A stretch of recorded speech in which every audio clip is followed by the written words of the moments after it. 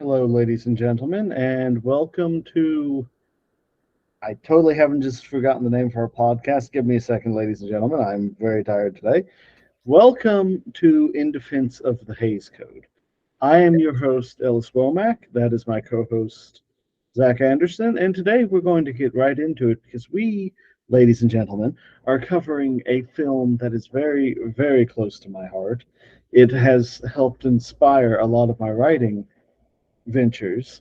And without this film, I would not be sitting here discussing classic cinema with you and with my co host, because without it, I wouldn't care about classic cinema. So, today, ladies and gentlemen, we are here to present to you our opinions, our thoughts, and our findings on Thin Man. Thin Man. Mm-hmm. So it was, of course, recommended to me by Mr. Ellis, and I try when I watch these olden movies from way back when to um, not look up what they're about. Try to not see what genre they're in. He did mention it was a comedy, and so I was expecting that. But it's also a whodunit mystery, um, which is which was an interesting combination, which I really found uh, interesting and dynamic. Um, but yeah, once again, you're hitting me hard with these old movies, and I'm finding that they ain't bad. Yeah, this one also wasn't black and white, but we can overlook that. Uh, Thankfully, I don't think anyone's tried to colorize it. Don't get any ideas, Ted Turner. I know you watch this podcast. he's watching now, and he's like, "Yeah, let's get some Technicolor on this. We'll just make up what colors they are." That's like the when Andy Griffith went color. It was like, what's going on? Or as one friend of mine puts it, what colorized seasons of Andy Griffith? There's no colorized seasons of Andy Griffith. What are you talking about? Andy Griffith got canceled after like season 5. I don't know what you're talking about, Ellis. Shut up. You speak lies. That's it. That's it. Yep. Yeah. Not to veer too much off topic, but man, when Barney left, so did the show. Uh-huh. Well, I mean, that's not too far off topic because Barney provided a lot of the comic relief for the show. Barney was, to some extent, the funniest part of the show. And this movie, Mhm. in my opinion, is hands down one of the funniest films I've ever seen, mainly on the back of its two lead stars, William Powell and Myrna Loy. Yeah.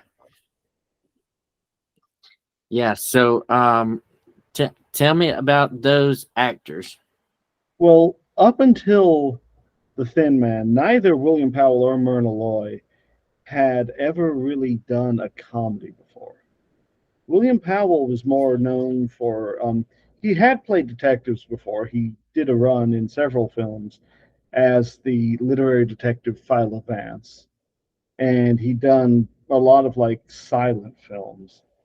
But up until that point, he was more well known as like, oh, the debonair figure. And Myrna Loy had, for the longest time, because of her exotic features, she had been cast as a lot of them, like exotic, oriental, sort of Far Eastern. If they needed somebody like to play a like Oriental femme fatale in a movie, Mm-hmm. and Anime Wong was unavailable, a lot of times they would go to Myrna Loy.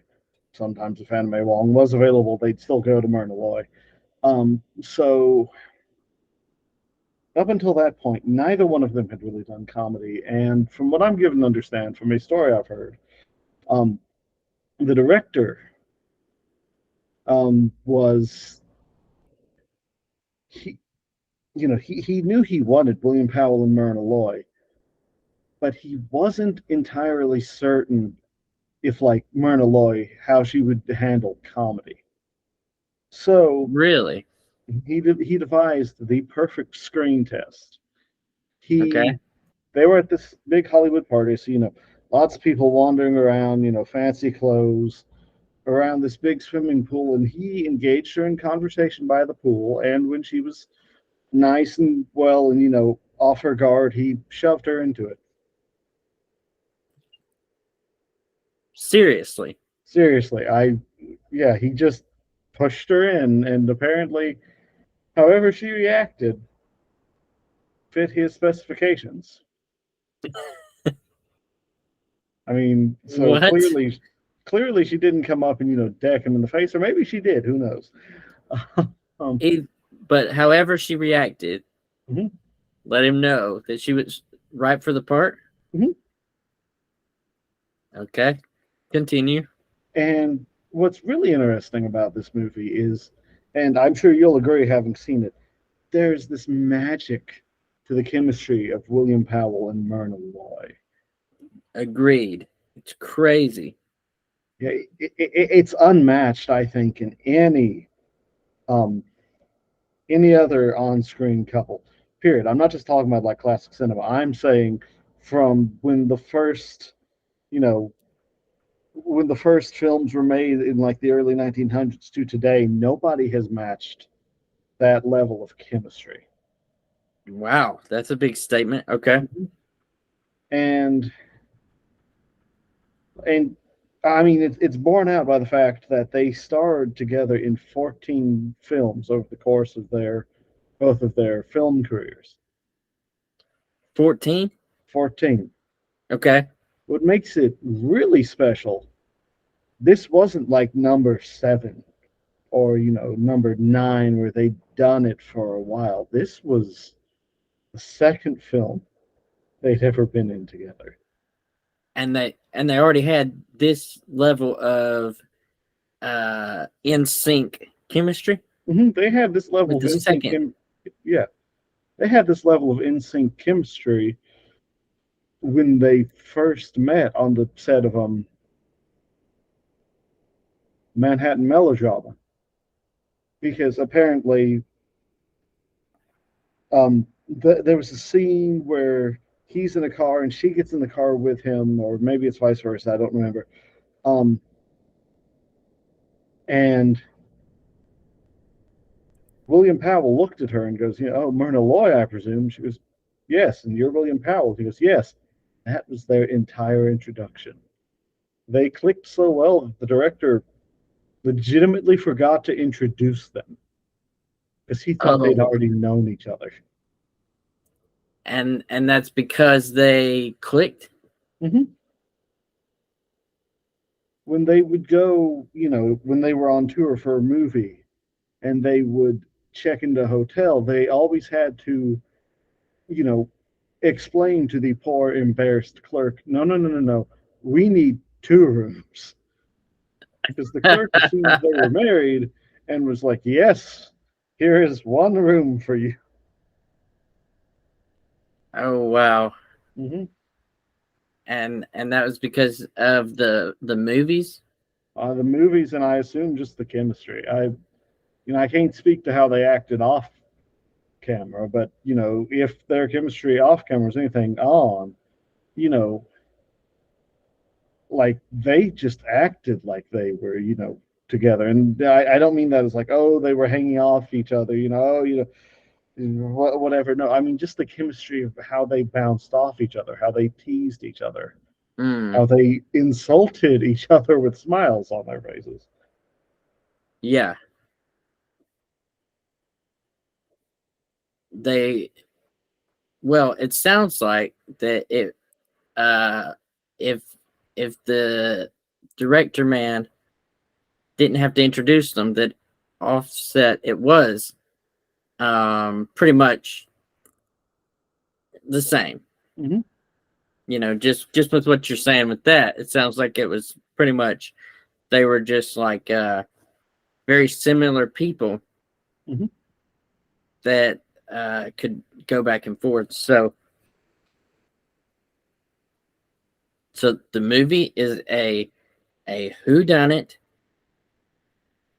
which they do a great job of keeping that concealed to the end. I had my guesses, and I was wrong about all of them. I think I had to. Sorry, go ahead. No, you tell me. I think I had to watch the movie twice before Who Did It actually sank into my brain because it's such, an out of left field twist that the entire time, the second time I was watching through it, going, okay, I remember all these funny scenes, but I don't remember who done it. Yeah. Well, I watched it for the first time yesterday, so it's very fresh on the brain. But yeah, you get so caught up in the husband and wife. What's their last name? Charles. Okay. So like the spaniel. Okay. All right. Yeah, so you get so caught up in their banter, just quick wit, and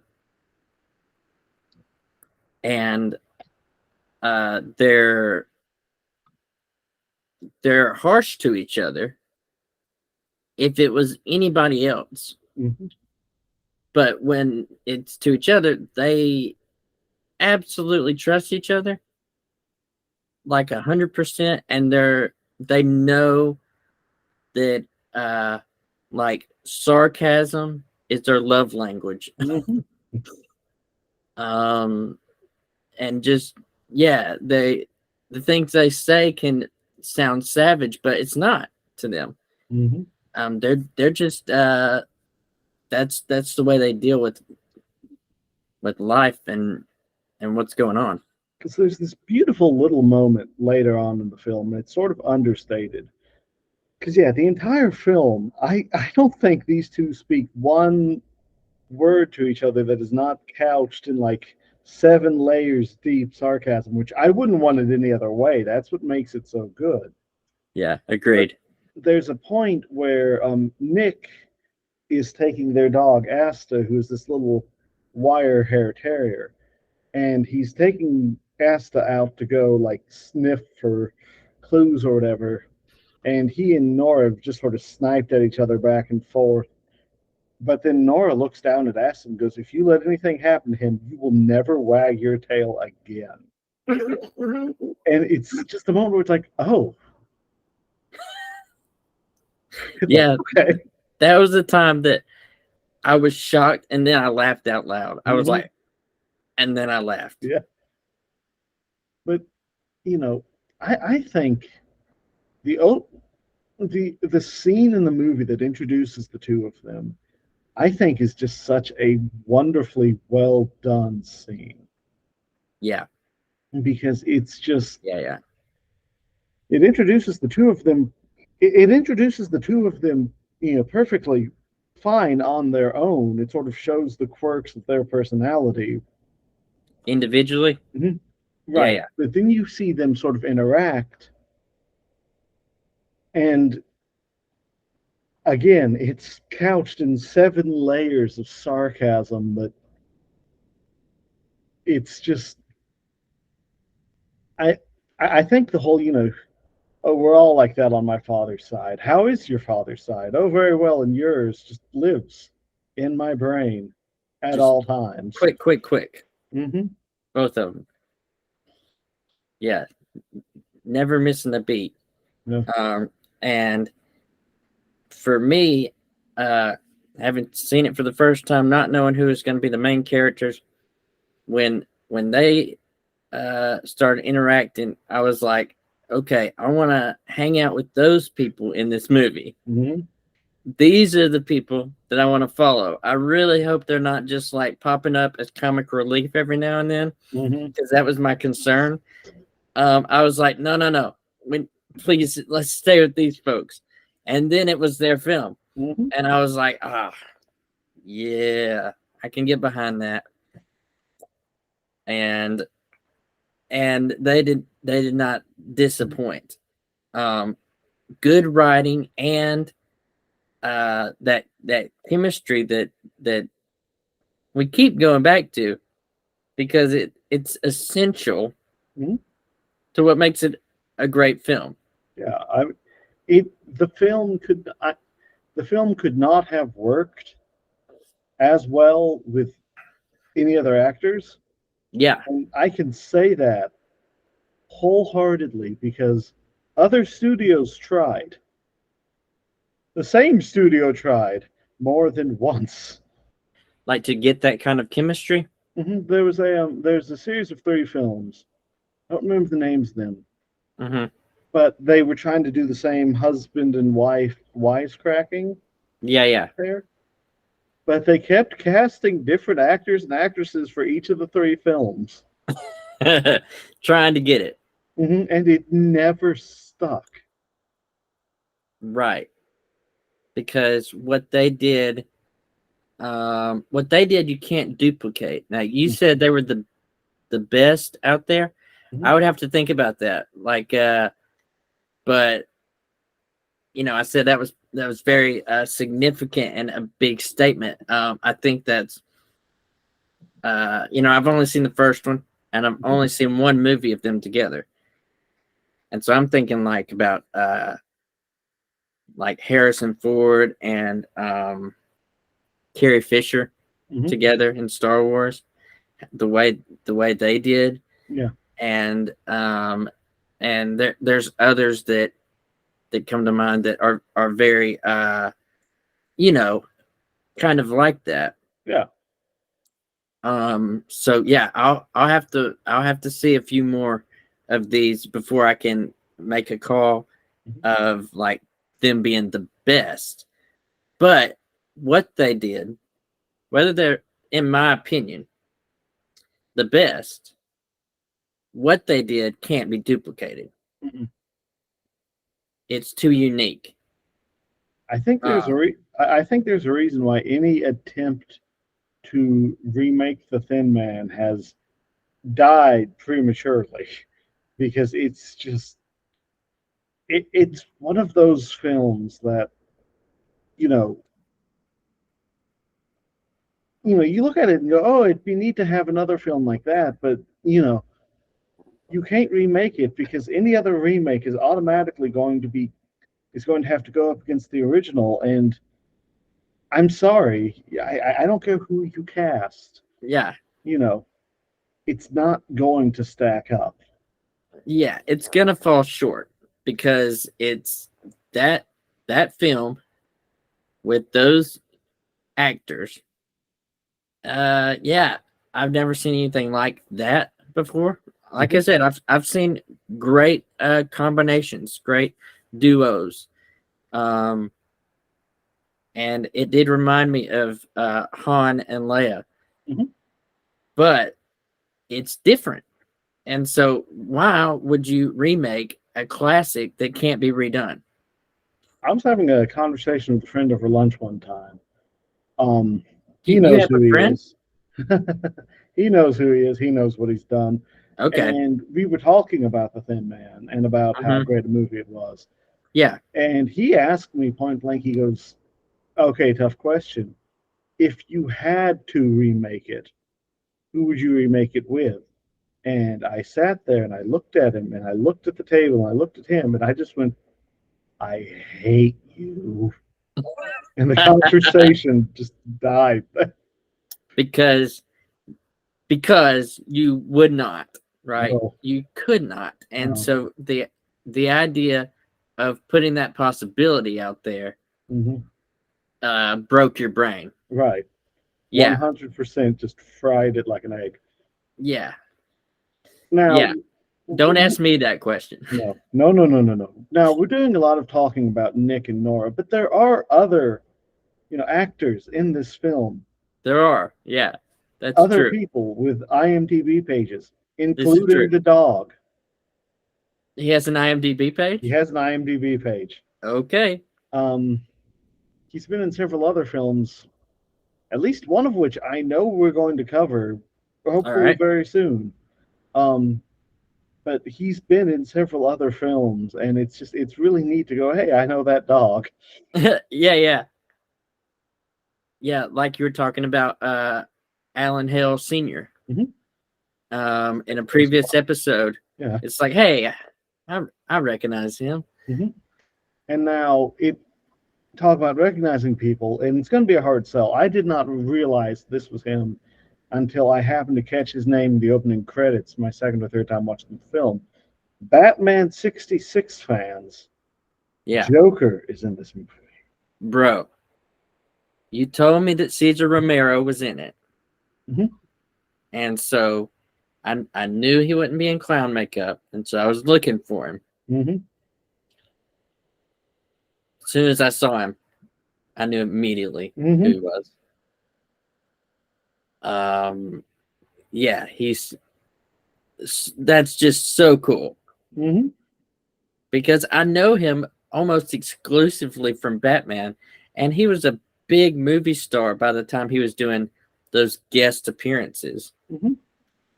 And like the interesting thing about the Thin Man, and that we'll cover deeper as we get more into the films. I've heard the Thin Man films, the later ones, described almost as like James Bond movies, insofar as like Interesting.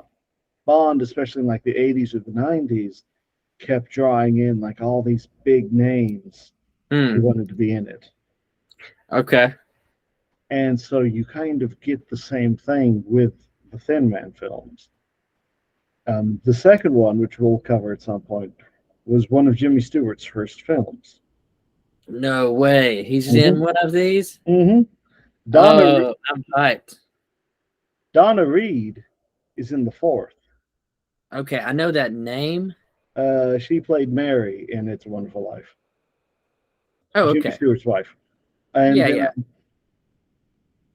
I can't tell you the actor's name, but the guy, also funnily enough, named Nick from It's a Wonderful Life, the bartender at Martini's.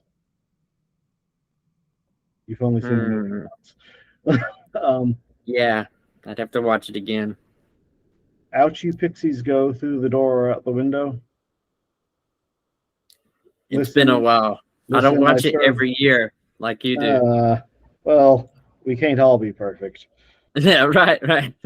But for those of you that know what I'm talking about, he's in the third movie playing one of the most despicable characters I've ever seen in any old movie. And boy, does he have a really neat scene that I'm not going to spoil. Okay.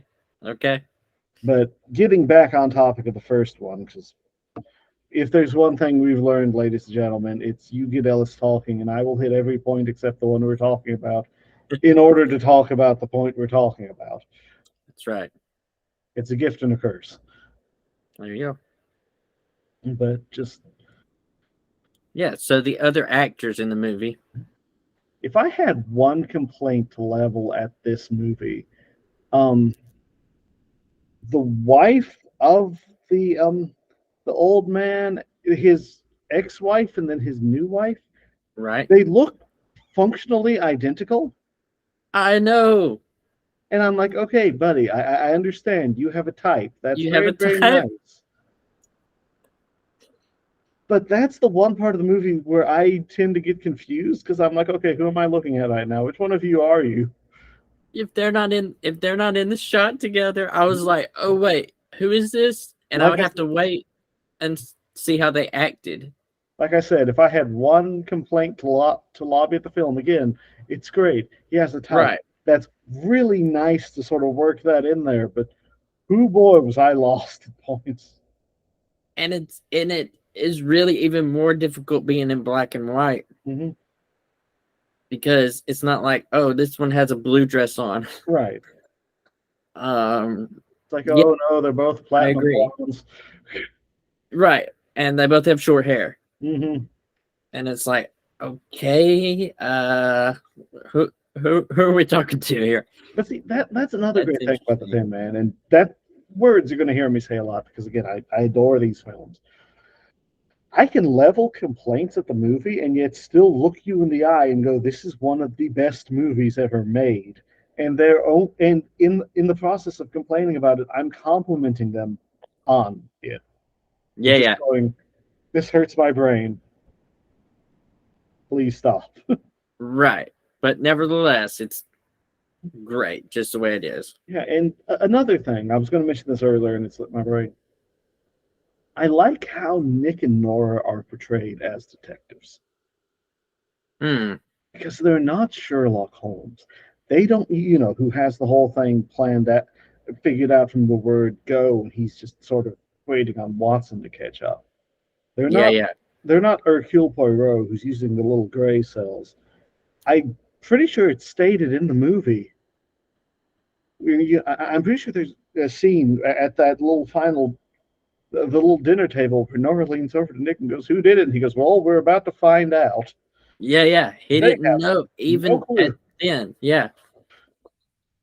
And I just, like I said, I adore that because it shows them, they're not these superhuman detectives. Nick spends the entire time, fighting off these police officers and reporters that all want to know, have you taken the case? He's like, "No, leave me Right. alone." Yeah. Yeah. He's different. Um he doesn't have it all figured out, but he knows how to figure it out. Right. You kind of get the feeling because it stated, he was a detective back in the day, but he hasn't been for a while, so he's kind of rusty. Yeah. But he does figure some things out before the police do. Mhm. Um One thing in particular Mhm.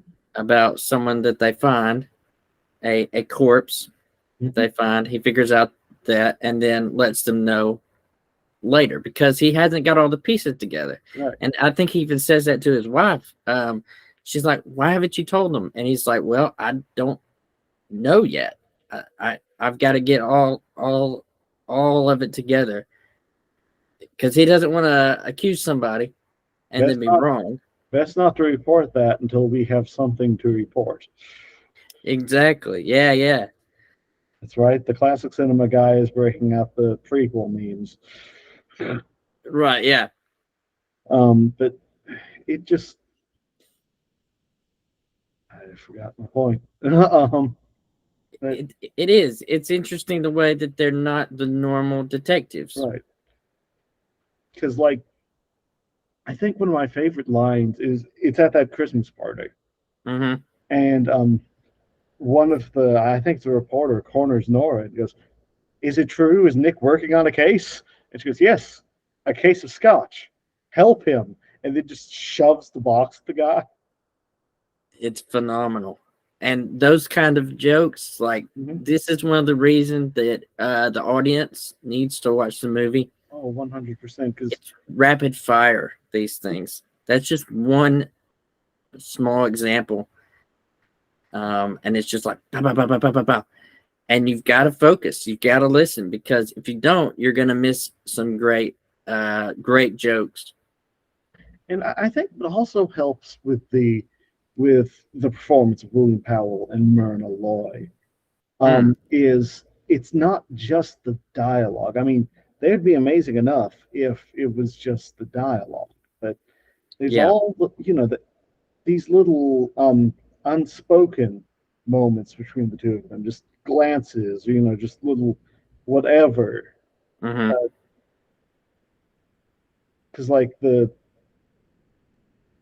scene where they're being interviewed by the cops after they were being interviewed by another type of person the night before, and the cop Mm-hmm. turns away to say something, and both Nick and Nora kind of swat at each other and then just turn around and they're grinning by the time the cops turn back.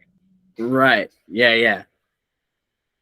And that's something we talked about with It Happened One Night Mm-hmm. episode was that the acting has to match up with the dialogue. Mm-hmm. And it has with both of these movies. They're very Yeah. different movies, but the actors have to have the timing and the back and forth has to work with the dialogue, which I think, man, this has been one of the most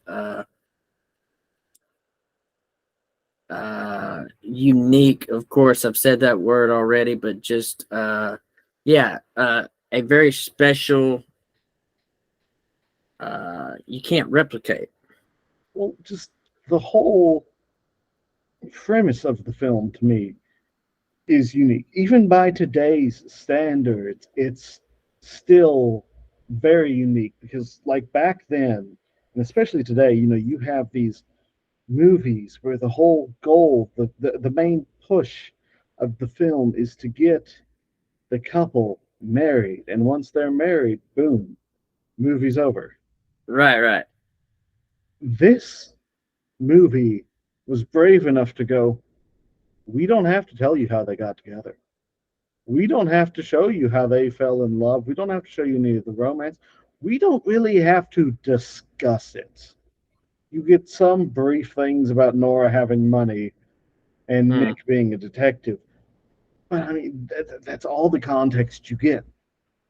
That's interesting. I hadn't thought about that. Because in the movie's just like, yeah, no, they're married. And, they're going to be one of, if not the best married couple in all the film. Huh. I mean, because this is a couple that, I mean, yes, we talk about how sarcastic they are, how they swipe at each other, but none of it's done out of anger. Oh, absolutely. It's done out of love. I mean, there's a scene in the film where he turns around and punches her to get her away from somebody else, but it's done to protect her. Right, right. And when she, wakes up from getting knocked out, she's not mad at him. Well, she is mad at him, but not because he Not punched for her. the reason you'd think. Right. And it's just, like I said, the Thin Man films, and I've heard other people say this is not a unique take, but the Thin Man films are just so magical and so unique. And I know I keep saying those words. We keep saying those words. Please take heed of the words that we can't stop saying. They mean something. Yeah, yeah. But, just the fact that they're able to show this married couple and show that how this married couple gets along and that they do get along and and have the movie just sort of treat them being a married couple and getting along. It's just like, oh, that's normal. And we don't have to point it out. We don't have to talk about it. We don't have to say, yeah, that they're married. They snipe at each other. Okay, let's start the movie. Yeah, I hadn't even thought of that, but you don't need context with them. You just you buy into it right away. And like I said, when we first met them, I was like, yeah, these are the people I want to keep watching. They're great. And then it continued with that. And so, yeah, obviously, both Ellis and I feel like the main protagonists are something to behold. So check out this movie, The Thin Man. Please, if I had enough time and it wouldn't bore all of you to tears, I could break down piece by piece the opening scene and how great it is at setting up their characters. But again, y'all have to watch it for yourselves. And nobody wants to hear Ellis slip into Professor Womack mode. Nobody wants. Especially me.